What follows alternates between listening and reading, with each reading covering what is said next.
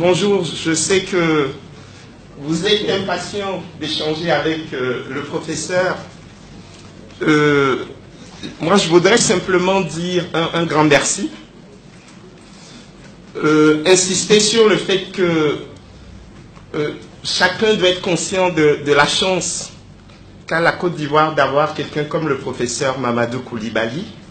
C'est quelqu'un qui nous a beaucoup inspiré, c'est quelqu'un qui continue de nous inspirer. Comme il l'a dit, les gens essayaient de nous diviser en créant des pays qui n'avaient pas vraiment finalement d'intérêt économique. Et donc c'était le principe de diviser pour mieux régner.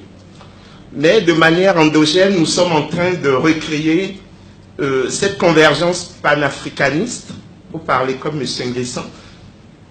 Donc, professeur Coulibaly, je voudrais vous souhaiter une longue vie. L'Afrique a besoin de vous, nous avons besoin de vous. Et je sais que pour les gens de bonne volonté, Dieu sait toujours comment il gère ça. On dit souvent, à brebis tondue, Dieu mesure le vent. Donc, je sais que Dieu va vous mesurer le vent, afin que vous puissiez nous permettre de sortir l'Afrique de cette servitude monétaire. Je voudrais remercier aussi M. Nguessan. Et comme il a dit aujourd'hui, il y a plus de 25 capitales africaines qui, à la même heure, posent le même débat, chacun avec ses spécificités. Mais vous savez, c'est très difficile en Afrique de faire de l'action collective. Et c'est pour ça que je voudrais vraiment féliciter cette initiative, parce que c'est à plusieurs que nous sommes intelligents. Il faut sortir de l'idée véhiculée par une forme d'individualisme que tout seul, on va pouvoir tout changer. Donc je crois que nous pouvons faire beaucoup de choses si nous sommes rassemblés. Je voudrais dire aussi, encore une fois, merci au professeur Coulibaly parce qu'il a fait la démonstration magistrale que nous savons exactement d'où nous venons, où nous sommes et où nous pouvons aller. Parce que pour nous qui posons ces questions, nous sommes souvent en but à une critique, à un procès en incompétence. C'est la décrédibilisation permanente. Et je crois que le fait de montrer de manière aussi magistrale que l'alternative est crédible, c'est quelque chose qui me paraît fondamental. Avant de répondre collectivement aux questions, je voudrais dire trois choses pour synthétiser le propos du professeur. La première chose, c'est la question de l'histoire. Et il a bien montré que finalement, ces deux visions, ces deux doctrines qui historiquement se sont mises en place. La doctrine de la responsabilité, qui a été finalement la marche du monde anglophone. Et au moment des indépendances, tous les États anglophones d'Afrique ont pris leur souveraineté monétaire, qui finalement, en face, on avait la doctrine de l'assimilation.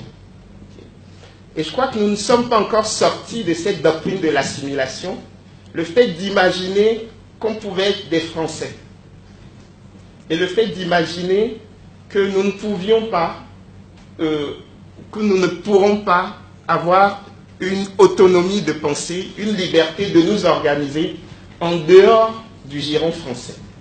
Et donc je crois que cette doctrine de l'assimilation, issue aussi du fait que certains des pères de l'indépendance avaient été munis sous la 4e République française, cette doctrine de l'assimilation est une impasse aujourd'hui. Et donc, les raisons historiques, nous devons les maîtriser pour bien comprendre ce qui se passe. Les raisons économiques, le professeur en a parlé. Je rappelle deux éléments. On nous dit que le franc CFA est une bonne chose sur le plan économique. Mais quand vous observez, nous n'échangeons pas entre nous. Quand nous prenons la part des échanges intracommunautaires, elle ne dépasse pas 15%. Au sein de la zone euro, elle dépasse 60%. Or, si vous n'échangez pas entre vous, vous n'avez pas de raison de partager la même monnaie. Parce que l'intérêt d'avoir la même monnaie, c'est d'éviter les risques de change et les coûts de transaction.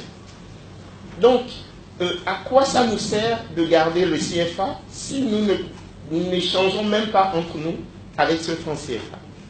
Et pire encore, même la France, qui garantit soi-disant ce système, n'échange pas en priorité avec les pays de la zone franc en Afrique. Les 3 premiers partenaires commerciaux de la France en Afrique sont le Nigeria, l'Angola et l'Afrique du Sud. Aucun des pays de la zone franc. Okay. Donc c'est une arnaque sur le plan économique. Si on était aussi intéressant que ça, grâce à cette monnaie, la France, qui pilote la zone franc, échangerait avec nous. Elle ne le fait pas. Et seuls 20% des investissements directs étrangers français en Afrique vont dans les 14 pays de la zone franc. 80% des investissements directs étrangers français en Afrique vont dans la partie hors zone franc. Vous voyez? Prenons la question du financement. Moi, j'ai travaillé à la BCAO. J'ai démissionné en 2003 de la BCAO. Quand j'ai compris que c'était une arnaque, la BCAO, en dehors de leurs immeubles, il ne s'y passe rien. Donc ça, je dis pour les jeunes qui voudraient tenter d'y aller, moi j'ai fait l'expérience, il n'y a rien là-bas. Il ne s'y passe strictement rien. Okay. Mais pire encore, nous rationnons le crédit. Chaque année au mois de novembre, quand vous êtes à la BCAO, vous faites ce qu'on appelle le programme monétaire. En quoi ça consiste? On dit, pour maintenir la parité fixe entre le CFA et l'euro, il nous faut des réserves de change. Et donc, on calcule ce qu'il faut comme réserve de change pour l'année à venir.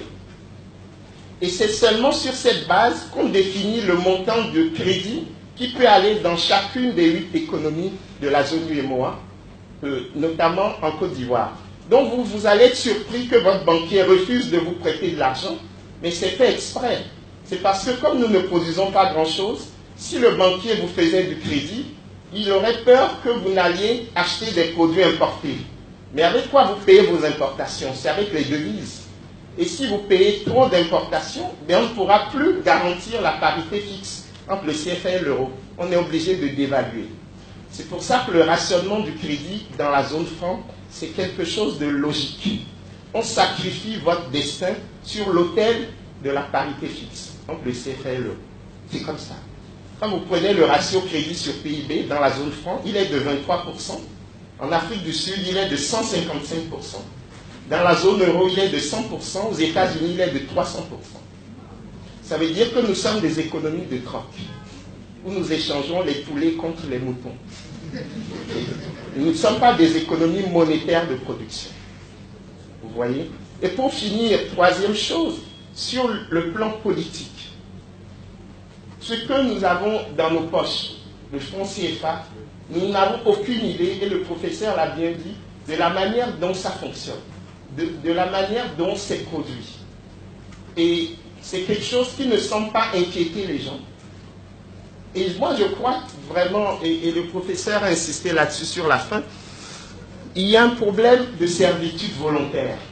Je crois que nos chefs d'État ne sont pas au niveau des rêves des pères de l'indépendance.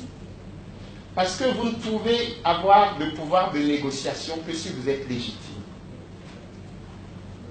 Si vous passez votre temps à déposer votre argent dans les banques suisses, dans les banques françaises, à acheter des maisons à Paris, alors que vos compatriotes vivent dans des cases à côté de chez vous, comment voulez-vous mener ce combat?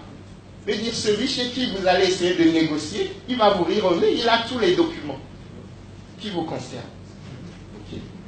Donc on est les seuls au monde à être heureux de dire qu'on passe les grandes vacances dans des grandes maisons dans le sud de la France. Okay. Et donc, pour finir, il faut absolument que nous nous disions que la reconquête des instruments de souveraineté économique, notamment le budget et la monnaie, c'est la condition sine qua non du développement partagé de nos nations. C'est ça notre objectif, reconquérir les instruments de la souveraineté. Mais pour ça, nous devons être irréprochables. Nous devons avoir une vision. Moi, je travaille à la francophonie, qu'est-ce que j'observe? La plupart de nos États, ils font des plans d'émergence, après ils viennent à Paris pour dire on va essayer de faire financer ces plans d'émergence. Ça veut dire que ces plans sont pipés dès le départ, parce qu'un vrai plan doit endogénéiser le mode de financement. Donc on est heureux de dire on est rentré de Paris avec des promesses. Pour finir, j'ai travaillé à la commission de l'UEMOA, les 20 millions d'euros dont le professeur a parlé, que la France nous donne chaque année à la commission de l'UEMOA au titre de l'aide publique au développement, c'est prélevé sur les intérêts de nos réserves de change. Et c'est pour payer les coopérants français qui travaillent à l'UEMOA. Donc, on est dans un système qui n'est pas un système porteur pour nous. Donc, c'est à nous de nous organiser. C'est à nous de ne pas trahir les rêves des pères de l'indépendance. Et pour ça, nous avons besoin de vous tous. Encore une fois, merci, professeur. Je serai toujours